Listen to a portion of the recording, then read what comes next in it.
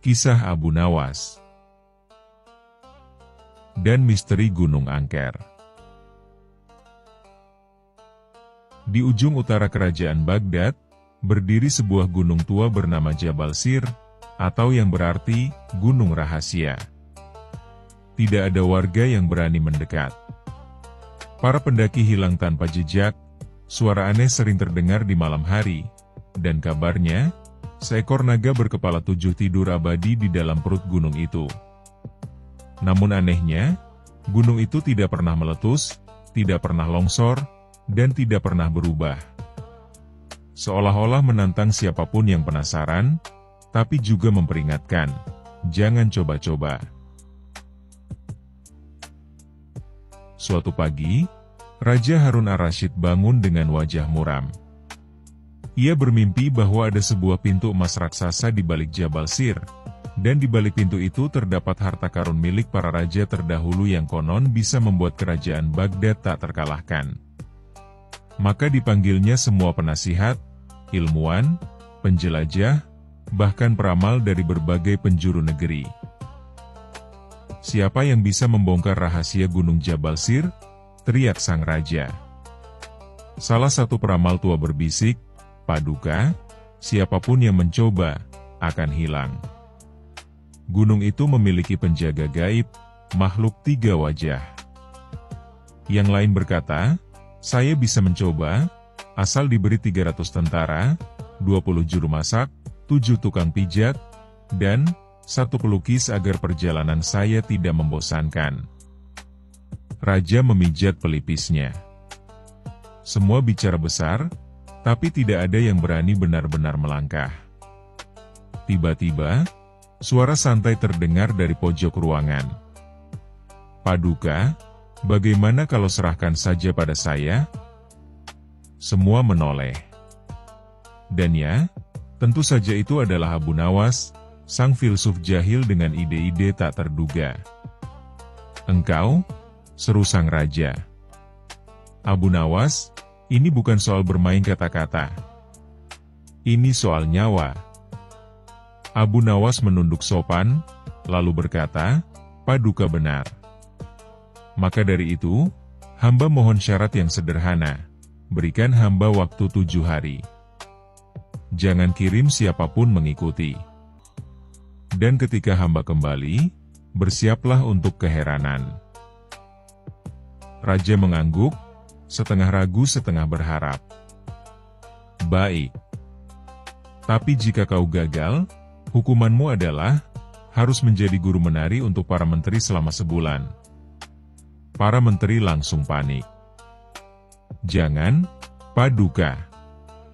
Dia pasti buat kami menari sambil berdiri di atas tempurung kelapa. Abu Nawas tertawa dan bersiap.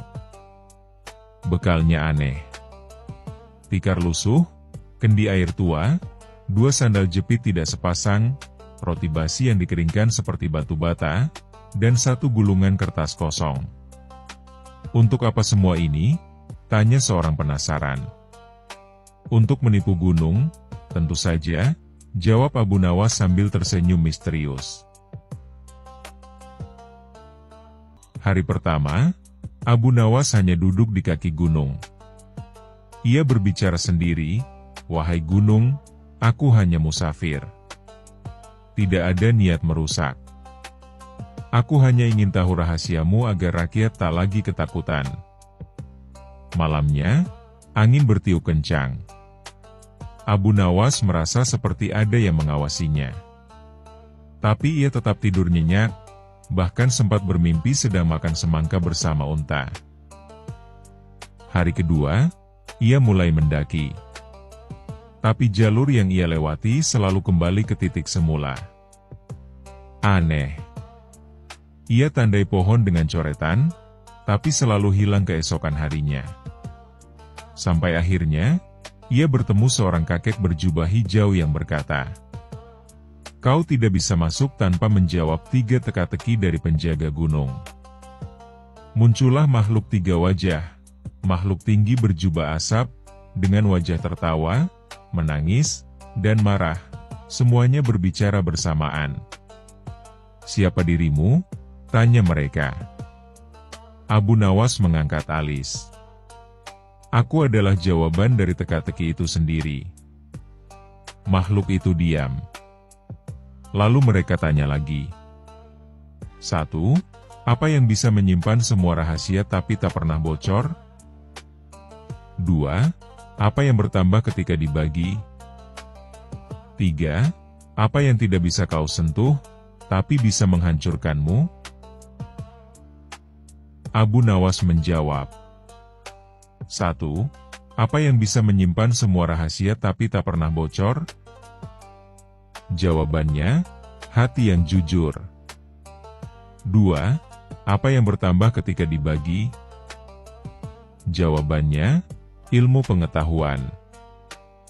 3.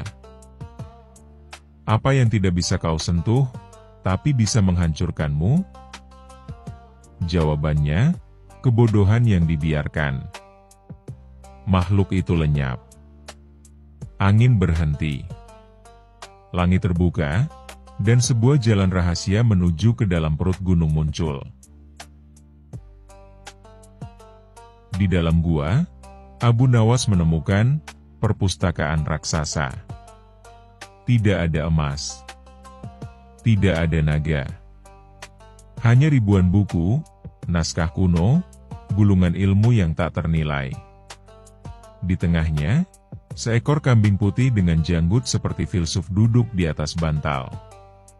Kau yang datang, kata kambing itu. Aku Syaikh Mbe, penjaga ilmu dari para raja terdahulu. Semua yang datang ke sini cari harta, tapi lupa bahwa ilmu adalah harta sesungguhnya. Abu Nawas tersenyum. Maka ikutlah denganku, wahai kambing bijak. Kita ajari raja dan rakyat tentang kekayaan yang sebenarnya. Syaikh Mbe mengangguk. Asal kau beri aku roti panggang dan waktu tidur siang. Hari ke-8, Abu Nawas kembali ke istana. Semua bersorak, apalagi saat melihat kambing putih duduk manis di pelukannya. Raja bertanya, apa kau temukan emas? Lebih dari itu, jawab Abu Nawas. Saya bawa makhluk terbijak dari balik gunung. Syaikh Mbe langsung berkata, Raja Harun, yang hilang dari kerajaanmu bukan emas, tapi kehausan akan ilmu. Raja terperangah. Dan saat para menteri tertawa meremehkan, kambing itu tiba-tiba berkata, dan kalian, para menteri, lebih banyak makan anggaran daripada membaca. Sontak suasana jadi hening. Lalu, gelak tawa meledak di seluruh istana.